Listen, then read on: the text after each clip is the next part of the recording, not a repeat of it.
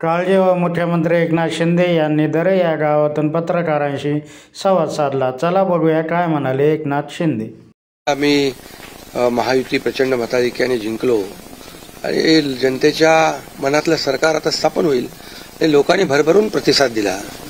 गेल्या 2.5 वर्षामध्ये जे आम्ही काम केलं त्या 2.5 वर्षाची खऱ्या अर्थाने मी नेहमी सांगायचो भाषणामध्ये, पोचपावती जनता देईल.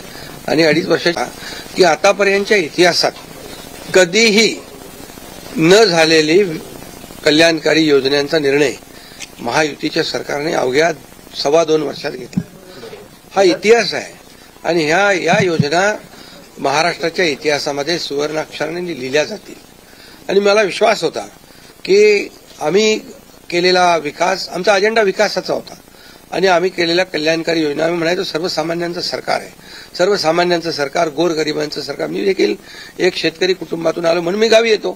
कारण गावी मला आलं की एक वेगळा आनंद मिळतो, माझ्या लोकांमध्ये येतो, लोक भेटतात, माझी शेती आहे, शेतीकडे जातो आणि हा वेगळा एक आनंद मला या ठिकाणी समाधान मिळतं. म्हणून मी देखील एक गरीब परिवारातून, शेतकरी परिवारातून आलो म्हणून मला याची जाणीव आहे, गरिबीची जाणीव आहे, सर्वसामान्यांच्या परिवाराची जाणीव आहे. म्हणून आम्ही ज्या योजना केल्या त्या योजनांचा सर्वसामान्य लोकांना त्यांच्या जीवनामध्ये काही ना काही फायदा झाला. आणि म्हणून आम्ही म्हणाल तर इकोसिस्टीम तयार केली.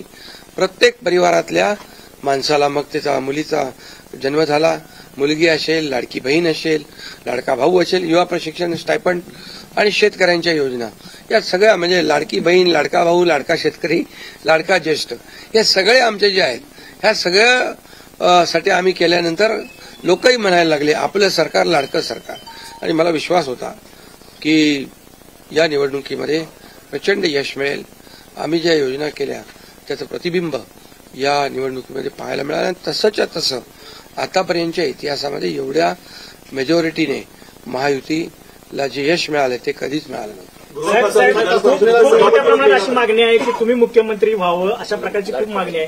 नेमकं काय ठरलंय याचीही उत्सुकता नाही. यामध्ये बघा, साहजिक आहे, जनतेच्या मनामध्ये मी जे काम केलं, मुख्यमंत्री, जनतेचा मुख्यमंत्री, मी कॉमन मॅन म्हणून जे काम केलं, मी म्हणायचो सीएम म्हणजे चीफ मिनिस्टर नुसतं नाही तर कॉमन मॅन.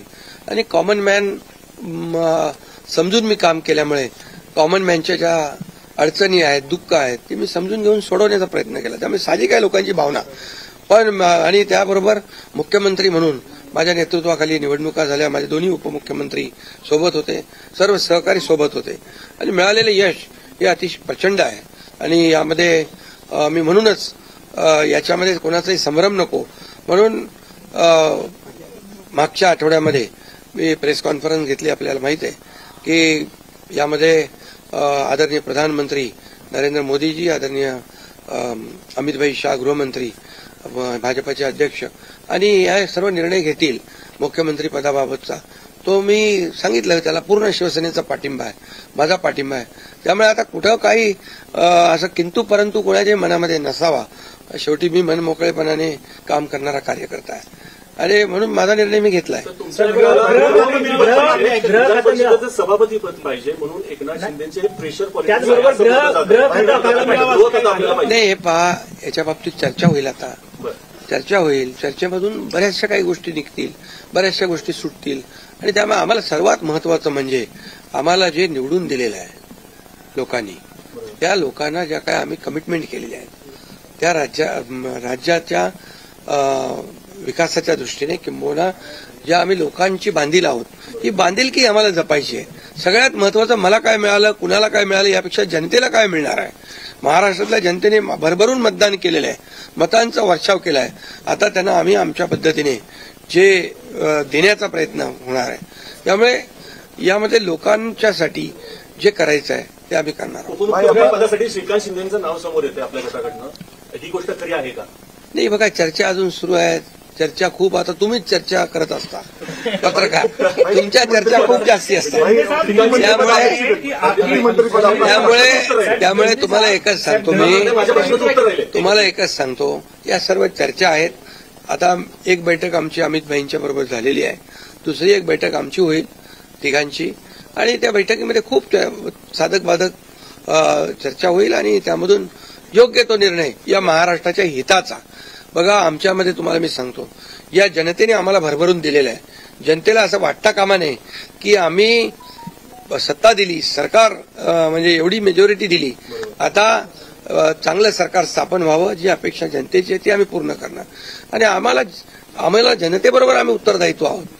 त्यामुळे लोक काय बोलतात, विरोधक काय, आता विरोधकांना काय काम राहिलंय का, काय राहिलंय बाकी? आता जे काय आता ईव्हीएम म्हणजे आता याच्यामध्ये मी एकच तुम्हाला सांगतो की आमच्यामध्ये कुठलाही काही समन्वयाचा अभाव नाही. समन्वयाने काम सुरू. मी तर माझी जाहीर भूमिका परत मला मांडण्याची गरज नाही. मी तर बुधवारी जो प्रेस कॉन्फरन्स घेतली त्यात सगळी भूमिका स्पष्ट मांडलेली आहे. आणि लोकांना आता काय, विरोधकांना काम नाही, विरोधी पक्षनेताही होता येत नाही, एवढी देखील संख्याबळ नाही, एवढं भरभरून प्रेम लोकांनी दिलंय.